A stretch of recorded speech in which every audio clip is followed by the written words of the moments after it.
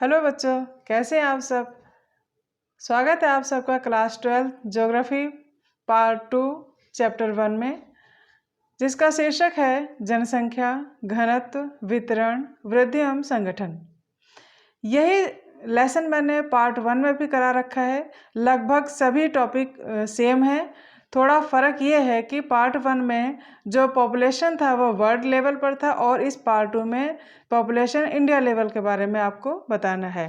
तो आपको अगर ज़्यादा कुछ समझ में नहीं आता है, इसमें कुछ डाउट है, तो आप मेरी पहले वीडियो इससे संबंधित जो मैंने बना रखी है आप उसे देख सकते हैं। और मैंने इस वीडियो में जनसंख्या से संबंधित जो ये दिया है इस वीडियो में, और आप इसको बहुत ही संक्षेप में, जो आपके लिए बहुत आवश्यक है, ये वीडियो बनाई है। ज़्यादा जानकारी लेनी है तो आप पिछली वीडियो भी देख सकते हैं। तो आइए स्टार्ट करते हैं। सबसे पहले ये जानते हैं कि जनसंख्या क्या है। किसी भी क्षेत्र में रहने वाले लोगों की संख्या को जनसंख्या कहते हैं। भारत में पहली बार जनगणना 1872 में हुई, जो कि पूरी नहीं थी। इसमें भारत के सभी जनसंख्या को काउंट नहीं किया गया था, इसलिए ये अधूरी थी। इस जनगणना में सभी लोग शामिल नहीं हो पाए, अतः संपूर्ण जनगणना 1881 में हुई। इसके बाद हर 10 वर्ष के बाद जनगणना होने लगी। भारत की आबादी विश्व की आबादी का 5वां हिस्सा है। भारत में अंतिम बार जनगणना 2011 में हुई, जिसके अनुसार भारत की कुल जनसंख्या 121 करोड़, जिसे संक्षेप में हमारे माननीय प्रधानमंत्री श्री नरेंद्र मोदी जी भी कहते हैं 125 करोड़ देशवासियों। तो आप इससे 125 करोड़ भी जान सकते हैं। यह विश्व की कुल जनसंख्या का 17% है। इस जनसंख्या वृद्धि को देखते हुए यह अनुमान लगाया जा रहा है कि वर्ष 2027 तक भारत सर्वाधिक जनसंख्या वाला देश बन जाएगा। 2019 में अनुमानित आंकड़ों के अनुसार भारत की जनसंख्या लगभग 135 करोड़ है। भारत में 50% से अधिक की आबादी 25 वर्ष से कम उम्र की है। अर्थात कहने का तात्पर्य यह है कि भारत में जितनी जनसंख्या है उसका 50% जो है उसमें 25 वर्ष के लोगों की संख्या अधिक है। 65% लोगों की उम्र 35 वर्ष से भी कम है। भारत में जनसंख्या घनत्व 382 व्यक्ति प्रति वर्ग किलोमीटर है। भारत के राज्यों में सर्वाधिक जनसंख्या उत्तर प्रदेश राज्य की है। अब इसमें क्वेश्चन आ सकता है कि भारत के किस राज्य में सर्वाधिक जनसंख्या पाई जाती है, तो आंसर होगा उत्तर प्रदेश। इसके बाद जनसंख्या वितरण।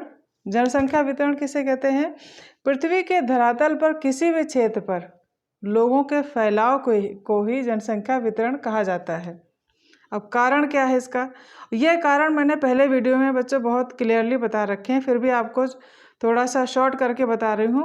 पहला कारण भौतिक है, जिसमें जलवायु, जल और भू आकृति। ये तीनों टॉपिक बहुत सिंपल है, आप इसको उसमें देख सकते हैं, फिर भी मैं बहुत कम करके बता रही हूँ। जलवायु का अर्थात कहीं भी लोग अगर रहना चाहें तो सबसे पहले वो ये देखेंगे कि उस क्षेत्र की जलवायु उनको सूट करती है या नहीं करती है। अगर बहुत ठंडी जलवायु तो लोग वहाँ भी जाना नहीं पसंद करेंगे, वहाँ रहना नहीं पसंद करेंगे।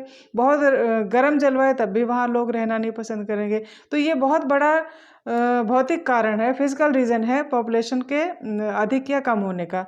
दूसरा रीज़न है जल आपूर्ति। जल ही जीवन है। जहाँ पर जल की उपलब्धता अधिक होगी या अच्छी होगी, क्योंकि दिन की शुरुआत हमारे जल से होती है और हमें सभी काम जल के माध्यम से ही करने पड़ते हैं। जल ही जीवन है, आप लोग बहुत अच्छे तरीके से जानते हैं। तो जहाँ जल की उपलब्धता अधिक है या अच्छी है, सुगमता से हो जाता है, तो लोग वहाँ रहना अधिक पसंद करते हैं। भू आकृति, इसका तात्पर्य है वह क्षेत्र पहाड़ी है, पठारी है, मैदानी है, कैसा किस शेप में है। तो इसमें भी बहुत बड़ा कारण है जनसंख्या के अधिक या कम होने में। समतल भागों में देखा है वहाँ पर आने जाने की सुविधा आसान मिलती है, कृषि क्षेत्र आसानी से हमें प्राप्त हो जाता है, तो ऐसे क्षेत्र में जनसंख्या अधिक पाई जाएगी। जबकि जो क्षेत्र पर्वतीय हैं या पठारी हैं वहाँ पर इन भागों की अपेक्षा जनसंख्या कम होगी। दूसरा रीज़न है भौतिक आर्थिक कारण। आर्थिक कारण में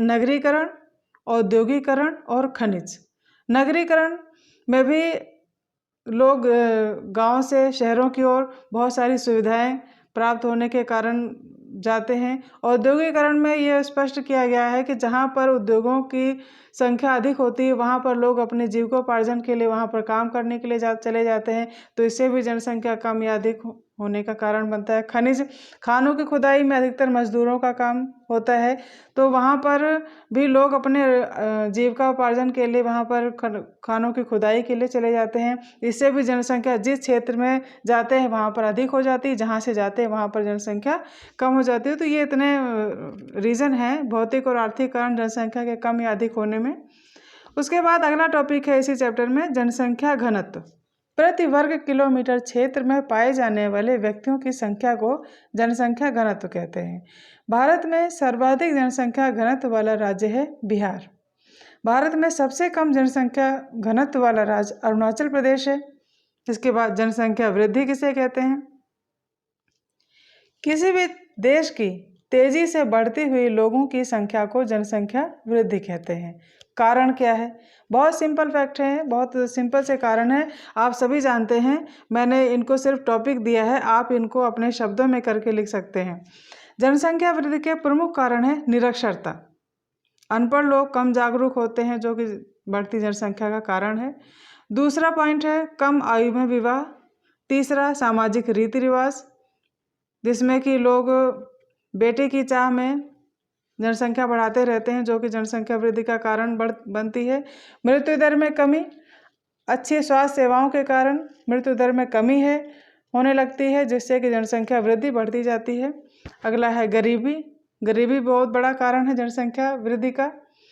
फिर है समस्याएं। अब जनसंख्या वृद्धि से कौन कौन सी समस्याएं हैं? पहला है खाद्य सामग्री का अभाव। संसाधनों की अपेक्षा यदि जनसंख्या अधिक होगी तो उसका दबाव अधिक पड़ता है संसाधनों पर, जिससे कि खाद्य सामग्री का अभाव होने लगता है या कमी होने लगती है। दूसरा कारण है शिक्षा की समस्या, रोजगार की समस्या, चिकित्सा व्यवस्था की समस्या, प्रदूषण, आवास की समस्या और संक्रामक रोग। ये बहुत सारे रीजन बिल्कुल जनरल हैं जिनको आप अपने शब्दों में लिख सकते हैं। अगला समाधान। जनसंख्या वृद्धि ये जो समस्याएं हैं इनका हम समाधान कैसे करें? कानून व्यवस्था का कठोरता से पालन करना चाहिए। उचित शिक्षा का प्रबंध, सीमित परिवार होने चाहिए, परिवार कल्याण कार्यक्रम में रुचि हो और आर्थिक स्तर में सुधार होना चाहिए। इसके बाद है बच्चों जनसंख्या वृद्धि की अवस्थाएं। बहुत इंपॉर्टेंट टॉपिक है और आप इसको अच्छे से समझ लीजिए। तो जनसंख्या वृद्धि की प्रमुख रूप से 4 अवस्थाएं हैं। पहली अवस्था है उच्च जन्म दर और उच्च मृत्यु दर। इसमें 1901 से 1921 की अवधि को भारत की जनसंख्या की वृद्धि दर को स्थिर अवस्था कहा गया है, क्योंकि इस अवधि में वृद्धि दर निम्न थी।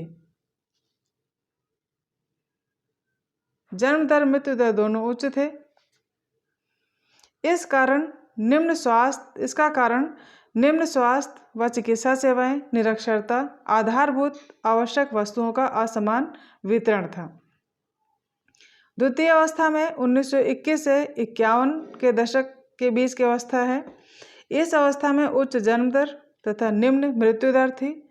देश में स्वास्थ्य व स्वच्छता में व्यापक सुधार ने मृत्यु दर को नीचे कर दिया।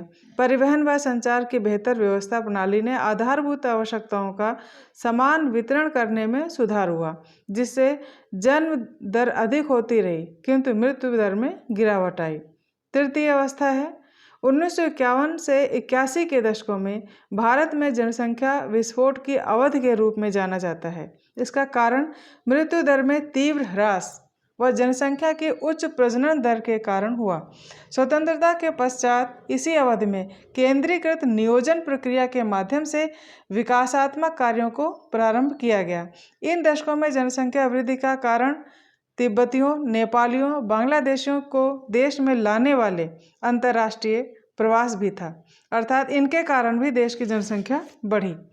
चतुर्थ अवस्था है निम्न जन्म दर और निम्न मृत्यु दर। 1981 के बाद वर्तमान तक देश की जनसंख्या की वृद्धि दर यद्यपि ऊंची बनी रही किंतु धीरे धीरे मंद गति से घटने भी लगी। विवाह की औसत आयु में वृद्धि, स्त्री शिक्षा के प्रति जागरूकता इस अवधि की विशेषताएं रही। इसके बाद जनसंख्या वृद्धि में क्षेत्रीय विभिन्नताएं। क्षेत्रीय विभिन्नताएं, क्षेत्रीय विभिन्नता का तात्पर्य यह है कि क्या कारण है कि किन किन क्षेत्रों में जनसंख्या अधिक है, किन राज्यों में कम है।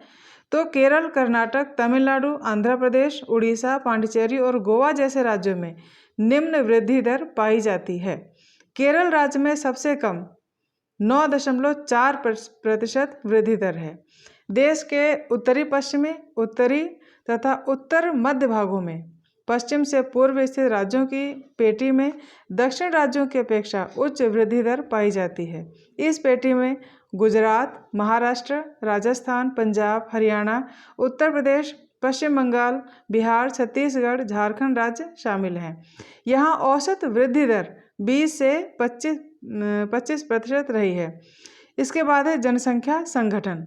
जनसंख्या संगठन में किसी देश की जनसंख्या में आयु व लिंग का विश्लेषण, मानव जातीय लक्षण, जनजातियाँ, भाषा, धर्म, साक्षरता, वैवाहिक स्थिति, व्यावसायिक विशेषताएं आदि का अध्ययन किया जाता है। तो ये था पूरा चैप्टर, जिसको मैंने बहुत ही जो आपके लिए इम्पोर्टेंट था उनको छांट करके आपके सामने ये प्रस्तुत किया बच्चों। और ज़्यादा जानकारी के लिए आप एनसीईआरटी की बुक्स देख सकते हैं, दीक्षा ऐप डाउनलोड कर सकते हैं। और एनसीईआरटी की बुक में जो आपको ना समझ में उसको भी देख करके आप क्लियर कर सकते हैं। और फिर भी अगर आपको अच्छा लगा मेरा वीडियो तो आप इसको लाइक करें, सब्सक्राइब ज़रूर करें, जिससे कि आपको अगला चैप्टर जो भी है वो जैसे ही आपको तुरंत नोटिफिकेशन मिल जाए। और इस चैप्टर को बहुत अच्छे से करिएगा, इसी में से आपको क्वेश्चन भी दिए जाएंगे, बोर्ड की तैयारी भी इन्हीं चैप्टर्स में से होगी। तो आप अपना ध्यान रखिए। Take care. Thank you.